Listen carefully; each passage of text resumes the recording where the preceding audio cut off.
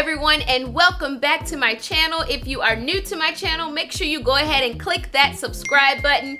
If you are returning, welcome back. Everyone, make sure you click that notification bell so that you are not missing any of my videos that I post every single week. This week's Wig Wednesday, OMG, I'm so excited to talk about this week's Wig Wednesday video featuring Outre. Yes, this week I am talking about Outre quick weave inspired by Batik bundle hair in the style Dominican Blowout Relaxed. Woo! So this is the stock card, and honestly, I feel like this hair looks better in person than on the stock card. It looks super full and pretty, which it is, and we'll get to that later.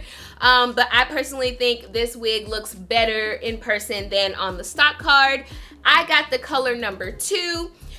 This is heat resistant fiber, safe up to 400 degrees. So again, this is the front of the stock card. And as always, on the back of the stock card, you have the hair care instructions.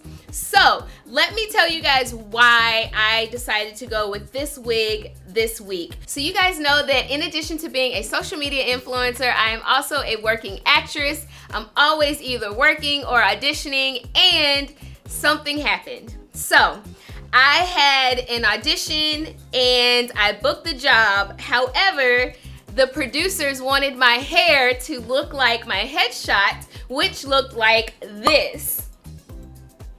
Y'all, Outre came all the way through. I found the exact same style in a half wig than in my headshot. I was so excited. I think if I'm not mistaken, when I did have my sew-in, my bundles were Dominican style, so it absolutely worked out perfect. Pros of this wig: I'm not getting any shedding, no tangling. However, this is going to be a first impressions video, so when you guys see me styling it, it's literally coming straight out of the box. It feels amazing. It's not shiny. It's more of a yucky texture. I love the natural bouncy curls. I only have a couple of personal cons with this wig.